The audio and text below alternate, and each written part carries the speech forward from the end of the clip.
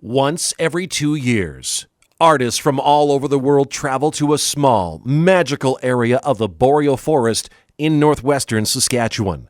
This place is known as Ness Creek. Here, in this forest setting, artists of different media gather to create unique, one-of-a-kind art pieces and to collaborate and exchange creative ideas with fellow artists. This experience of creation and fellowship, where anything is possible, is called the Emma International Collaboration.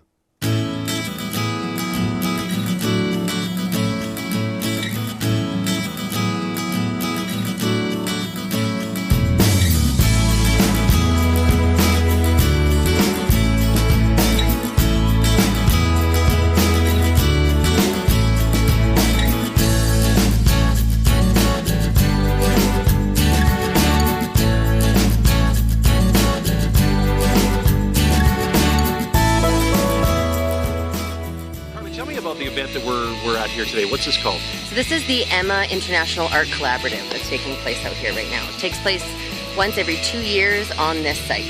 Okay.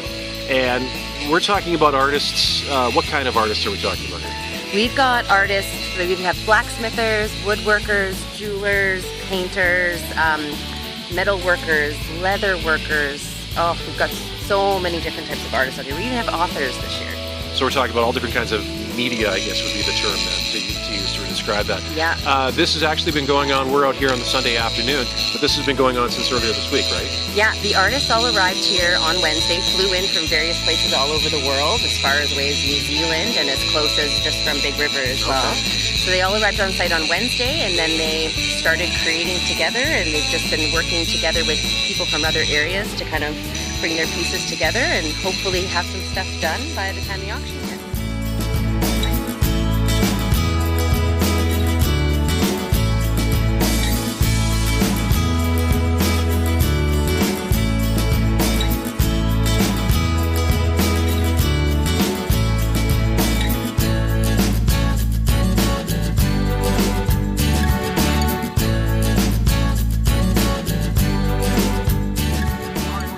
Continue looking at the Emma Art Collaboration event here at the Ness Creek site, just northeast of Big River. We're here with, what is your official title? Are you a blacksmith? Are you an artist? What do you call yourself? Well, some people call it artistic blacksmithing to differentiate from the craft that it was. So yeah, artistic blacksmithing, metal worker in general. All right. This is Craig Campbell. We're chatting with Craig here. We're right beside his forge. If you take a look over here, you can see it's very hot. It's super hot. Any idea what the temperature is that's in there, Craig? Well, this is a propane forge and it's running probably just over 2,000 degrees Fahrenheit. And no, that's not hot in our good business. No? We go over to the coal forge and get 2,900 degrees Fahrenheit. Ooh. So yeah, we can take it up a little more. This is just a bending. I'm just bending and shaping a wee bit. Okay, so what are you working on here? What's the piece you're doing? These are legs for the zipper bench. Over in wood, they've made a bench that looks like the zipper, big cogs of a zipper. So now I'm creating the legs that go with that. Okay. And this is one of the things about this event is that everybody seems to be working together. You're not just here for yourself. You're meeting other people, sharing ideas, creating things. Absolutely. This is about collaboration. So we go out and find great people to come in, and the idea is to collaborate. Mixed media, sometimes within your own media, you're talking to people, and then sometimes you'll go play in another medium. So you can just check out what jewelry is doing and what wood is doing.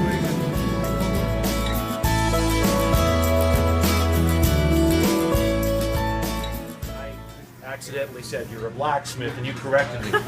What do you call yourself? I call myself a paintsmith because I'm not sort of really a complete black. I haven't gone completely to the dark side. So I do a lot of blacksmithing, fabricating, that sort of stuff. I just kind of use what I need to in that field, but I'm not very traditional in my methods.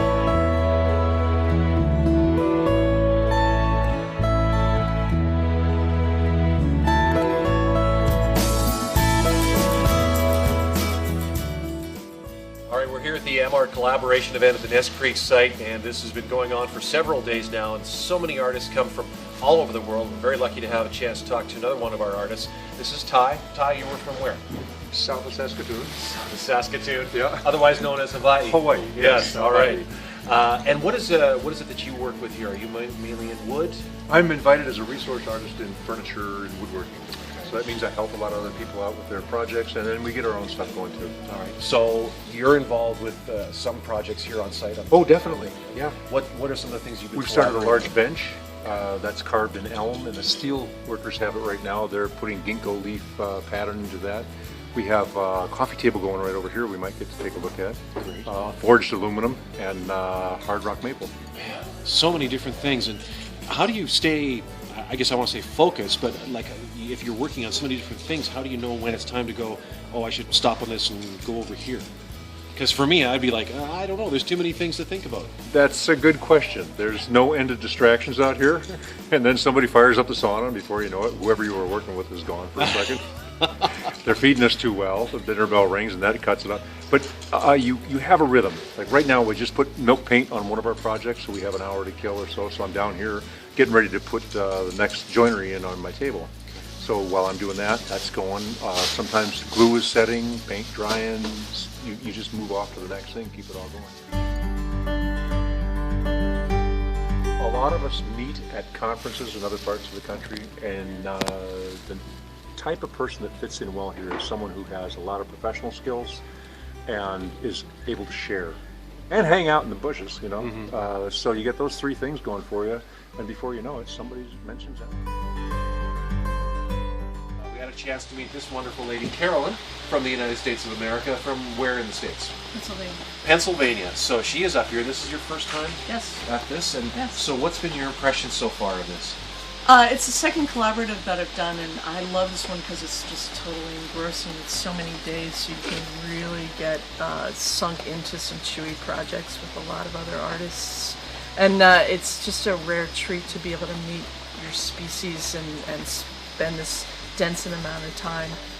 Like knowing that the urge to create something every day isn't something weird or... Right. How long has that been this? My whole life. My mom, when I was 7 years old, my art teacher told her that there was something different going on, and so she sent me to college level courses at 7, which really was a huge leap of faith because I was raised by business people, and they didn't know what to do with me. So she threw me into these great classes with all these other adults, and it was really interesting because they were all trying to unlearn all their training, you know, and paint like children again. And I was the kid.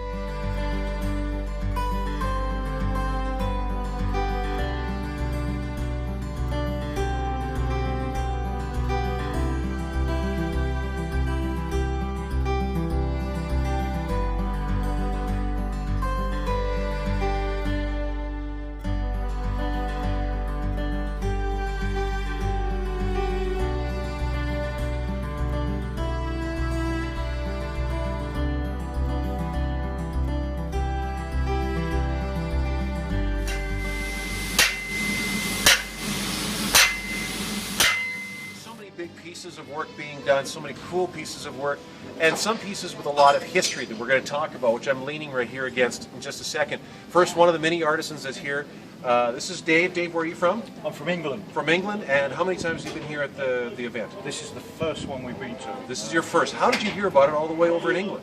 Well, I've known Craig for a long while, and we've had some friends who've been here before, and I was fortunate enough to be invited this year. Fantastic. Which is great. It's lovely. What is the medium that you normally work with? I'm a blacksmith, so we're an old family business. It's our 175th year this year, so Wow.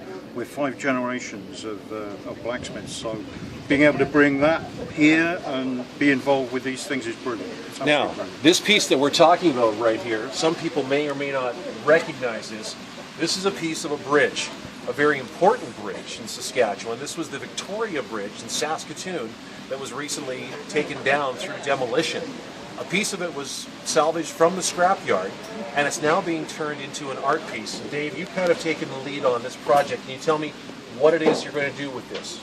We've got several different people from different disciplines involved with this. So we've got the metalwork, which is the obvious thing to be involved with the bridge structure, and then we have glass artists and wood artists who are also involved with it. And we're trying to do an interpretation which shows some of the history of the bridge, and we're going to have a glass river running down the centre of it, which will represent the position that the bridge held in Saskatoon.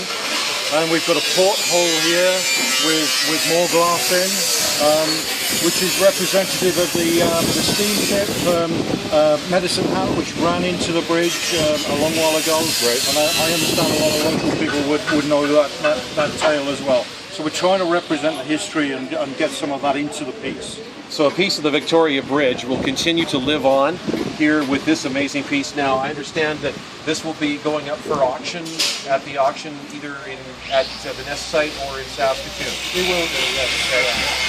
So watch for this.